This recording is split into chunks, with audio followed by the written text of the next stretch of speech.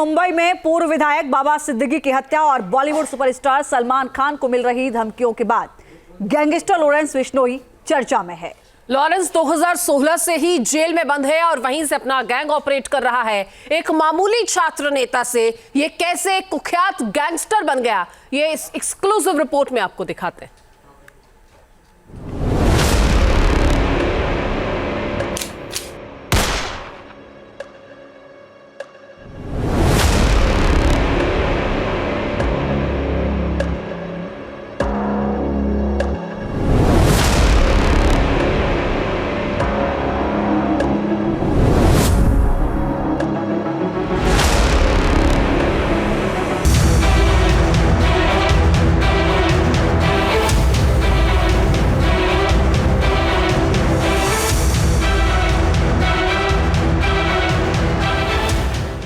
Jail में बैठे बैठे गैंग को ऑपरेट करना, खौफ का साम्राज्य फैलाना।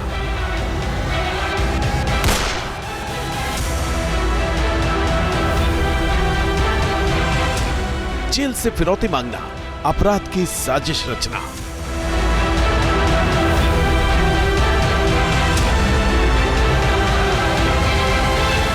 अपने गुर्गों के जरिए साजिश को अंजाम तक पहुंचाना।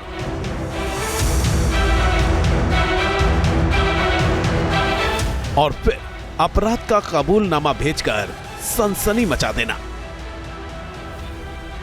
पिछले करीब 3 साल से इस पैटर्न पर जब भी अपराध की कोई घटना होती है तो एक ही नाम सामने आता है और वो है gangster Lawrence Bishnoi.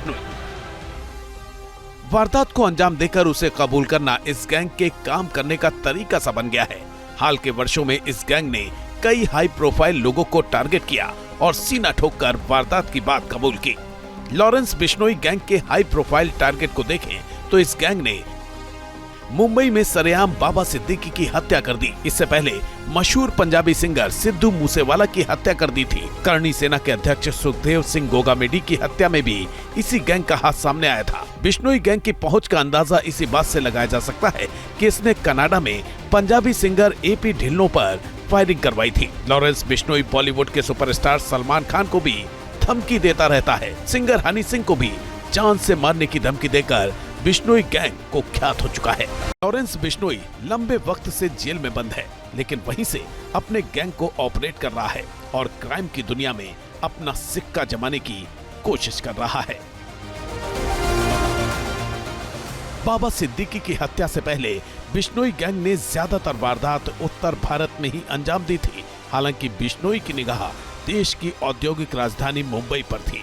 Bishnoi gang high profile लोगों पर हमला करके माया नगरी में दहशत कायम करना चाहता था। इसी कारण पहले सलमान खान समेत कई हाई प्रोफाइल लोगों को धमकी दी गई। उसके बाद बाबा सिद्दीकी जैसे प्रभावशाली शख्स की हत्या करके खौफ की एक नई इबारत लिखने की कोशिश की गई।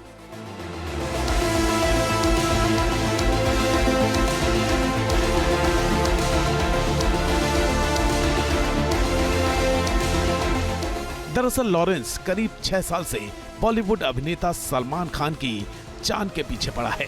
साल 2018 में लॉरेंस ने ऐलान किया था कि काले हिरण के शिकार के लिए वो सलमान खान से बदला लेकर रहेगा। वो सलमान के घर के बाहर फायरिंग करवा चुका है। उनके पिता सलीम खान को भी धमकी दे चुका है। दरअसल काले हिरण के शिकार के मामले में सलमान को सजा सुनाए जाने के बाद से ही लॉरेंस बिश्नोई उनकी जान के पीछे पड़ गया था। लॉरेंस जिस बिश्नोई समाज से आता है उसमें जानवरों, खासकर काले हिरण को भगवान की तरह पूजा जाता है।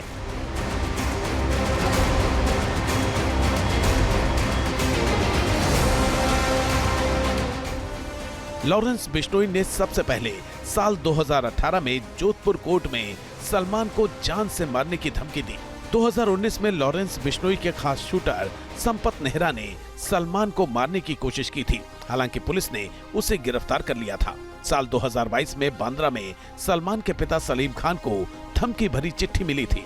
इस चिट्ठी में सलमान और उनके पिता का हाल पंजाबी सिंगर सिद्धू मूसेवाला की तरह करने की धमकी दी गई। इसके बाद साल 2023 में ईमेल के जरिए भी सलमान को जान से मारने की धमकी दी गई। 2023 में ही फेसबुक पोस्ट के जरिए भी बिश्नोई गैंग ने सलमान को मारने की धमकी दी थी। लगातार मिल रही धमकियों के बाद सलमान खान की सुरक्षा बढ़ा दी गई। उनके घर के आसपास भी सुरक्षा घेरा कड़ा कर दिया गया। हालांकि बिश्नोई गैंग अब भी सलमान खान के पीछे पड़ा है। बाबा सिद्दीकी की हत्या के बाद सलमान पर खतरा पहले से ज्यादा बढ़ गया है। बाबा सिद्दीकी की हत्या और सलमान खान को मारने की धमकी के बाद लॉरेंस बिश्नोई चर्चा में है। वैसे उसकी जिंदगी की किताब किसी फिल्मी स्क्रिप्ट से कम नहीं है। एक आम हिंदुस्तानी परिवार में पैदा होने वाला लॉरेंस अब अपराध की दुनिया में बेहद कुख्यात हो चुका है। 12 फरवरी 1993 को पंजाब के फाजिल्का में एक पुलिस कांस्टेबल के घर बच्चे का जन्म हुआ। बच्चा काफ़ी गोरा चिट्टा था, इसलिए उसका नाम उसकी मां ने लॉरेंस रख दिया। लॉरेंस एक क्रिश्चियन नाम है जिसका मतलब होता है सफ़ेद या चमकता हुआ। लेकिन पुलिस के जितने भी रिकॉर्ड्स हैं उसमें लॉरेंस का नाम सतविंदर सिंह ही है। लॉरेंस बचपन से ही काफी एक्टिव था और उसे खेलों से लगाव था। वो कुश्ती लड़ता था, लेकिन उसके पिता का सपना बेटे को आईएएस ऑफिसर बनाने का था। अबोहर से 12वीं की पढ़ाई पूरी करने के बाद लॉरेंस चंडीगढ़ चला गया। यहाँ उसने डीएवी कॉलेज में दाखिला लिया। धीरे धीरे उसने छात्र राजनीति में दिलचस्पी लेनी शुरू की और यहीं उसकी दोस्ती गोल्डी बराड़ से हुई। वही गोल्डी बराड़ जो विदेश में बैठकर लॉरेंस बिश्नोई गैंग के लिए काम करता है। साल 2011 में लॉरेंस ने चुनाव लड़ने के लिए Student Organisation of Punjab University यानी SOPU नाम का संगठन बनाया। इसी संगठन के बैनर तले उसने छात्र संघ का चुनाव लड़ा, लेकिन हार गया। छात्र संघ चुनाव हारने के बाद लॉरेंस अपने आप को अपमानित मानने लगा। बताया ये भी जाता है कि उसी साल लॉरेंस ने एक रिवॉल्वर खरीदी और उस ग्रुप के साथ जा भिड़ा जिस ग्रुप ने उसे हराया था। हालांकि उस ग्रुप के साथ बहस और हाथापाई हुई और इसी हाथापाई में लॉरेंस ने अपने रिवॉल्वर से गोली चला दी। उसके बाद पंजाब पुलिस ने लॉरेंस के खिलाफ हत्या में कोशिश करने के प्रयास में मामला दर्ज किया और ये लॉरेंस के खिलाफ दर्ज पहला मुकदमा था। इसके बाद लॉरेंस ने अवैध गतिविधियों में शामिल होना शुरू कर दिया। वो गैंगस्टर जग्गू भगवानपुरिया और रॉकी फाजिल्का के गैंग से जुड़ गया। भगवानपुरिया गुरदासपुर का रहने वाला था। उसने लॉरेंस को न केवल धंधे के गुर सिखाए, बल्कि उसे अपने कामों में खुली छूट भी दी। आगे चलकर लॉरेंस की दोस्ती संपत मेहरा से हुई। संपत पुलिस इंस्पेक्टर का बेटा था। उसे भी खेलों में खासी दिलचस्पी थी। लॉरेंस, गोल्डी और संपत ने मिलकर पंजाब के साथ साथ हरियाणा में भी अपराध को अंजाम देना शुरू कर दिया। इस तिकड़ी ने हरियाणा में काला जठेड़ी और दिल्ली में जितेंद्र गोगी के साथ गठजोड़ कर लिया। राजस्थान में आनंदपाल और बाद में उसकी शिष्या अनुराधा भी साझेदार बन गए। अब लॉरेंस बिश्नोई संगठित अपराध में शामिल हो चुका था। अब उसने शराब माफिया, ड्रग स्मगलर्स और बिजनेसमैन से फिरौती मांगनी शुरू कर दी थी।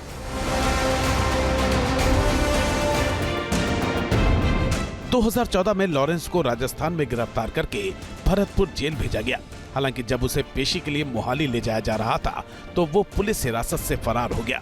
फरार होने के बाद वो कई महीनों तक नेपाल में रहा और वहीं से अपनी गतिविधियां चलाता रहा। 2016 में लॉरेंस को फिर से गिरफ्तार कर लिया गया। तब से अब तक वो जेल में ही बंद है। हालांकि जेल में होने के बाद भी उसका गैंग सक्रिय है और लगातार अपना दायरा बढ़ाता जा रहा है। खास बात यह है कि लॉरेंस ने जमानत के लिए कभी अर्जी नहीं लगाई। एक्सपर्ट्स का मानना है कि ऐसा वो जानबूझकर कर रहा है।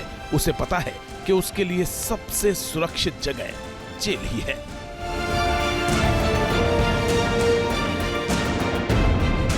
लॉरेंस के खिलाफ हत्या और जबरन वसूली समेत 2 दर्जन आपराधिक मामले दर्ज हैं। ईडी और एनआईए उसके खिलाफ जांच कर रही है। साबरमती जेल में बंद लॉरेंस की पेशी अब वीडियो कॉन्फ्रेंसिंग के जरिए होती है। एनआईए के पास लॉरेंस बिश्नोई की पूरी क्राइम कुंडली है, जिसमें 6 देशों तक फैले साम्राज्य का जिक्र है। लॉरेंस ने अपना नेटवर्क ठीक वैसे ही खड़ा किया जैसे 90 के दशक में दाऊद इब्राहिम ने किया था। दाऊद इब्राहिम और डी कंपनी ने शुरुआत में छोटे मोटे अपराध किए और फिर धीरे धीरे अपने नेटवर्क को इतना विस्तार रूप दे दिया कि वो लोग इस क्राइम की दुनिया के बादशाह बन गए। एनआईए के चार्जशीट के मुताबिक लॉरेंस बिश्नोई गैंग में 700 से ज्यादा शूटर हैं, जिनमें से 300 पंजाब से जुड़े हैं। Social media platform Facebook, Instagram, YouTube के जरिए युवाओं की गैंग में भर्ती होती है। बिश्नोई गैंग ने साल 2020-21 तक करोड़ों रुपए रंगदारी से कमाए और वो पैसा हवाला के जरिए विदेश भेजा गया। एनआईए ने अपनी रिपोर्ट में कहा है कि जेल के अंदर रहते हुए लॉरेंस बिश्नोई का नेटवर्क ज्यादा मजबूत हुआ है। जेल में रहते हुए उसकी दूसरे गैंगस्टर से दोस्ती हुई, फिर इनके गुर्गों ने आपस में मिलकर जेल के बाहर नेटवर्क मजबूत किया। उसी नेटवर्क से फिरौती और टारगेट किलिंग करने लगे।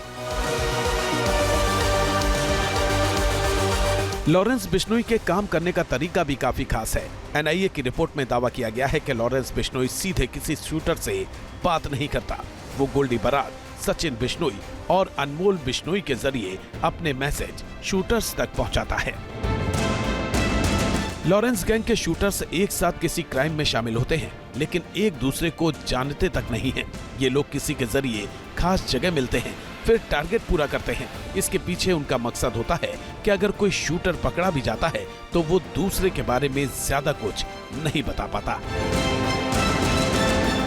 जांच एजेंसी एनआईए के मुताबिक कभी बिश्नोई गैंग सिर्फ पंजाब तक सीमित था, लेकिन लॉरेंस ने अपने सातिर दिमाग और अपने करीबी गोल्डी बराड़ के साथ मिलकर राजस्थान, हरियाणा, उत्तर प्रदेश के तमाम गैंग के लोगों के साथ मिलकर अपने गैंग को बड़ा कर दिया।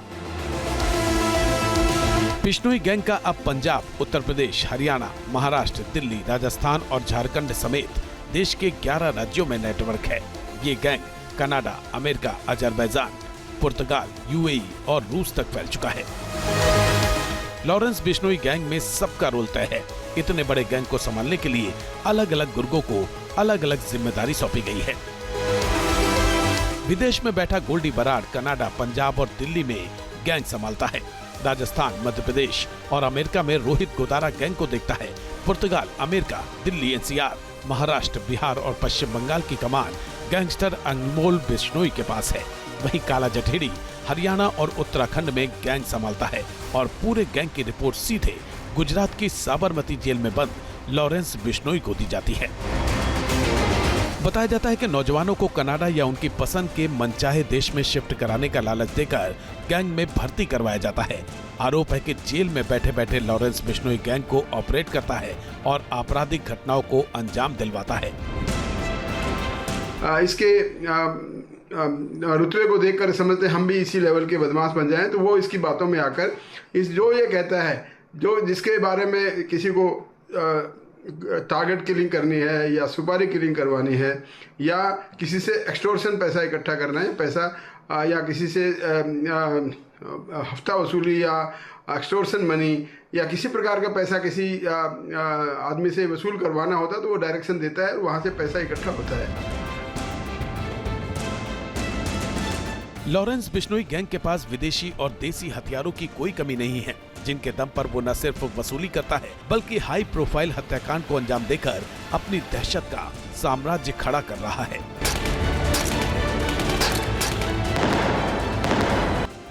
बाबा सिद्दीकी के हत्यारों के पास से ग्लॉक पिस्टल बरामद हुई थी। ये ऑस्ट्रियन मेड पिस्टल गैंगस्टर को इसलिए पसंद है क्योंकि इसका निशाना सटीक होने के साथ साथ ये काफी लाइट वेट होती है।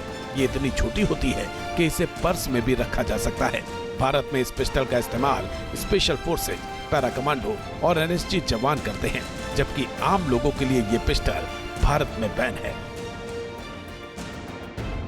लॉरेंस खुद जेल के भीतर है, लेकिन जेल के बाहर उसने अपने खौफ का साम्राज्य फैला रखा है। बताया जा रहा है कि लॉरेंस ने हिट लिस्ट भी तैयार की हुई है। इसमें उन लोगों के नाम हैं जिन्हें वो निशाना बनाना चाहता है।